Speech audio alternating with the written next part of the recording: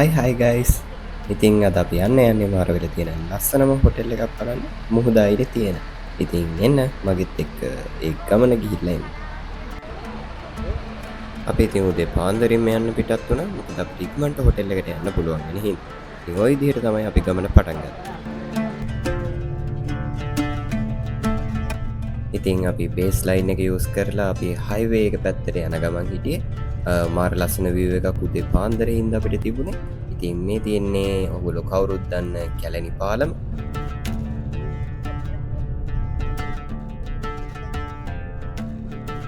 ඉතින් අපි මේ විදිහට පෑලියගොඩ හයිවේ එන්ට්‍රන්ස් එකට ආවා. අපි එන්ට්‍රන්ස් එක යූස් කරලා ඊට පස්සේ යන්න බලාපොරොත්තු වෙන්නේ කටුනායක එක්සිට් එකට. කටුනායක එක්සිට් එකෙන් අපි බලමු කොහොමද අපි ගියේ කියලා.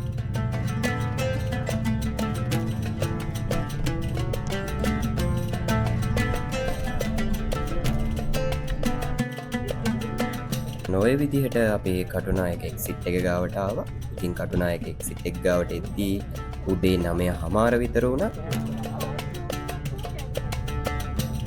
ඉතින් අපි කටුනායක එක්සිට් එකෙන් අපේ හයිවේ පේමන්ට් එක කරලා අපේ ගමන ආයෙත් මේ විදිහට යන්නයි අපි හදන්නේ.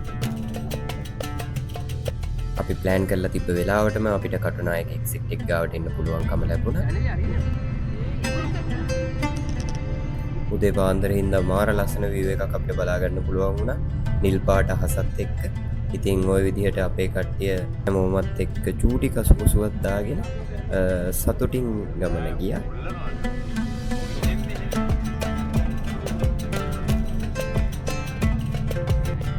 පාර දෙපැත්තේ තිබුණු view එක නම් මාරම ලස්සනයි. ඉතින් අපි view එකත් බලාගෙන චුට්ට අපේ ගමන ආවා. මේ වෙද්දී අපේ ගමන ගොඩක් දුරට අපි හොටෙල් එකට යන්න ඉවර කරලා තිබුණා. ඉතින් චූටි බඩගින්නකුත් තිබුණා. ඉතින් අපිට ඕනේ වුණා පොඩි බඩගින්න ඉක්මනට නිවා ගන්න. මේ විදිහට අපේ චූටි බඩගින්න අපි නිවා ගත්තා. අපිට හොටෙල් එකට යන්න තිබුණු පාර වැටිලා තිබුණේ ලංකාවේ ප්‍රසිද්ධ චර්ච් එකක් ඉස්සරයි. මේක තමයි ශ්‍රී කුරුස ජාතික සිද්ධස්ථානය මාරවිල. මේක ක්‍රිස්තියානි පැතුමුන් තුන් අතර ගොඩක් ප්‍රසිද්ධියට පත්වුණු දේවස්ථානයක්. ගොඩක් හාස්කම් තියෙන දේවස්ථානයක් කියලා ඒගොල්ලෝ විශ්වාස කරනවා. ඉතින් ওই විදිහට තමයි අපේ ගමන ගියේ. අපිට 11:00 විතර වෙද්දී ඉක්මනින්ම හොටෙල් එකට එන්න පුළුවන්කම ලැබුණා. ගොඩක් ට්‍රැෆික් එක අඩු හින්දා. ඉතින් ওই විදිහට තමයි අපි හොටෙල් එකට අපේ කට්ටියත් එක්ක චෙක් ඉන් වුණේ.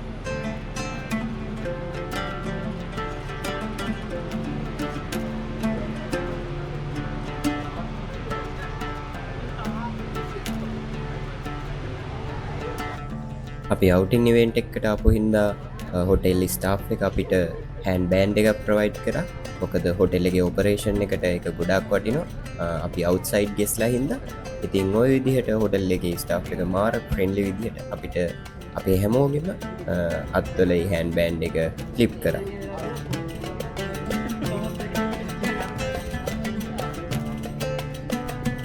ඉතින් මේ විදිහට වෙල්කම් ඩ්‍රින්ක් එක අරගෙන අපි හොටෙල් එක ඇතුළට ගියා.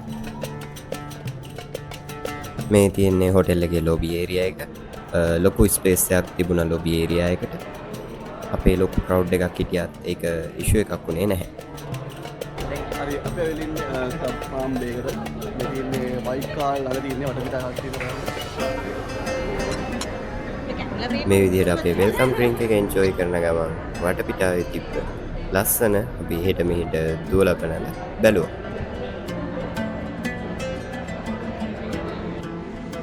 ඉතින් ඔය විදිහට අපි හොටෙල් එකේ ලොබි ඒරියා එකේ පොඩි වෙලාවක් ගත කරලා අපේ ඉවෙන්ට් එකේ මේන් ඒරියා එක පැත්තට ඔය විදිහට ගියා.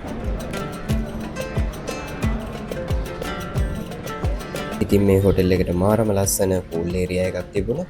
කිඩ් පූල් වගේම මේන් පූල් ඒරියා එකක් තියෙනවා.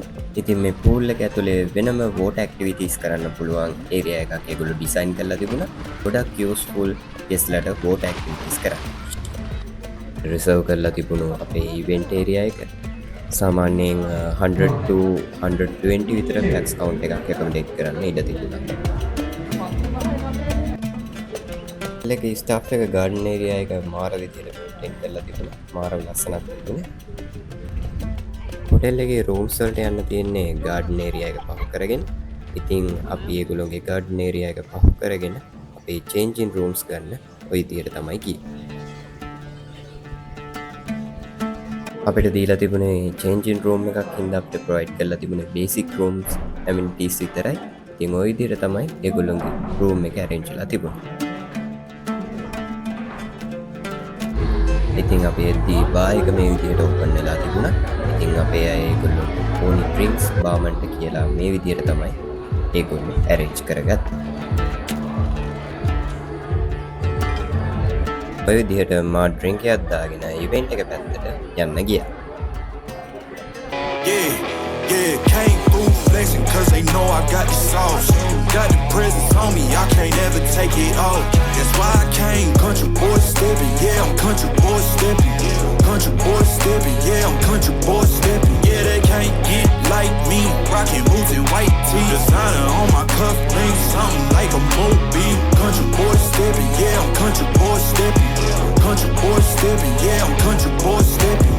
Artist out the ranch, I just told you that I'm bout it. I might take offense if you tell me that you doubt it. ඇතුළේ ඒරියා එකේ කට්ටිය එහෙම එන්ජොයි කරද්දී ඕපන් ඒරියා එකේ ඉතින් කට්ටිය මේ විදිහට එන්ජොයි කරා.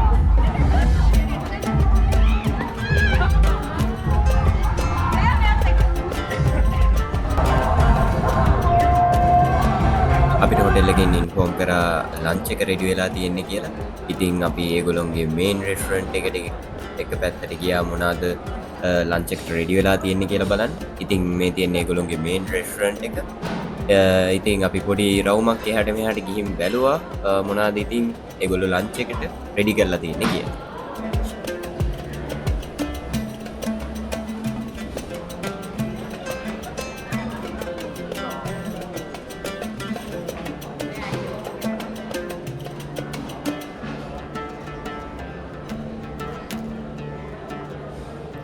ඊට පස්සේ ගියා ලන්ච් එකට. මේ විදිහට තමයි අපි ලන්ච් අයිටම් සිලෙක්ට් කරගත්තේ. මේ ඉන්නේ ඉෂාන් මට ලොකු සපෝට් එකක් දුන්නා ලන්ච් අයිටම් සිලෙක්ට් කරගන්න. මොකද මගේ අතේ කැම් එක ඒ වෙලාවේ දෙන්න ඩිස්කස් කරලා හොඳ අයිටම් ටිකක් සිලෙක්ට් කරගත්තා. මට නම් ලොකුවට කන්න මූඩ් එකක් තිබුණ නැහැ. ඒක හින්දා මම බොහොම පොඩ්ඩයි අයිටම් සිලෙක්ට් කරගත්තේ.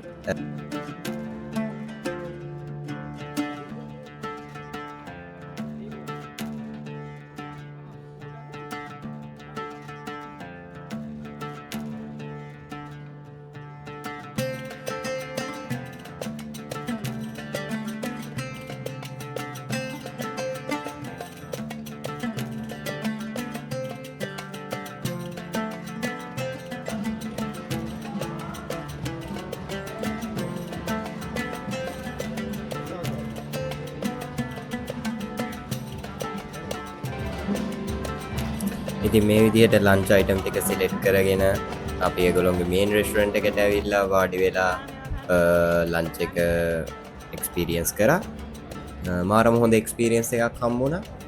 හැමෝමත් එක්ක පොඩි කිචිවිචියක් දාගෙන. ඉතින් මේ විදිහට තමයි අපි ලන්ච් එක එක්ස්පීරියන්ස් කරේ.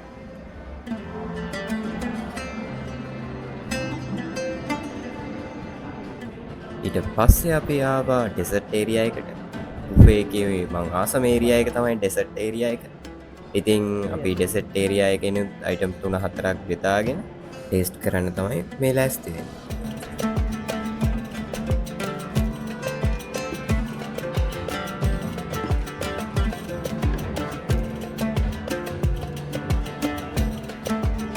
ඉතින් අපි ඩෙසර්ට් ඒරියා එකනොත් අයිටම් 3-4ක් සිලෙක්ට් කරගත්තා. මං ආසම අයිස්ක්‍රීම් එක.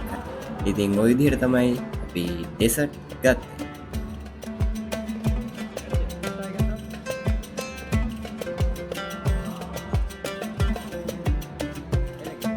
ඉවිනින් ටයිම් එකේ මාර ලස්සන view එකක් තිබුණේ සන්සෙට් එකත් එක්ක. මෙන්න මේ විදිහට තමයි හොටෙල් එකට view එක තිබුණේ.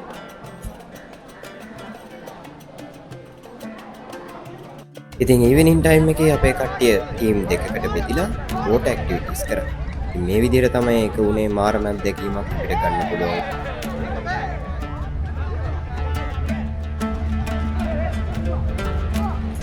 අපිට ඊට පස්සේ ස්නැක් එකක් රෙඩි කරලා තිබුණා. අපි ඉතින් ඒ ස්නැක් එකත් අරගෙන මේ විදිහට තමයි හොටෙල් එකෙන් චෙක් අවුට් වෙන්න ආවේ. අවසේද්දී අපිට මාරම ලස්සන view එකක් තිබුණේ. සන්සෙට් එක හින්දා තමයි මෙච්චර ලස්සනට මේ view එක පේන්නේ. සෑහෙන්න හුලං තිබුණා. ඉතින් මේ විදිහට අපි හොටෙල් එකෙන් චෙක් අවුට් වෙලා ආයෙත් එන්න ආවා.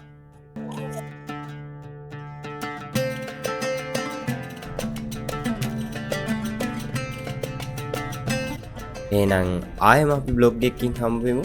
අදට යනවා මං ට්‍රැවල් කොල්ලා. see you bye.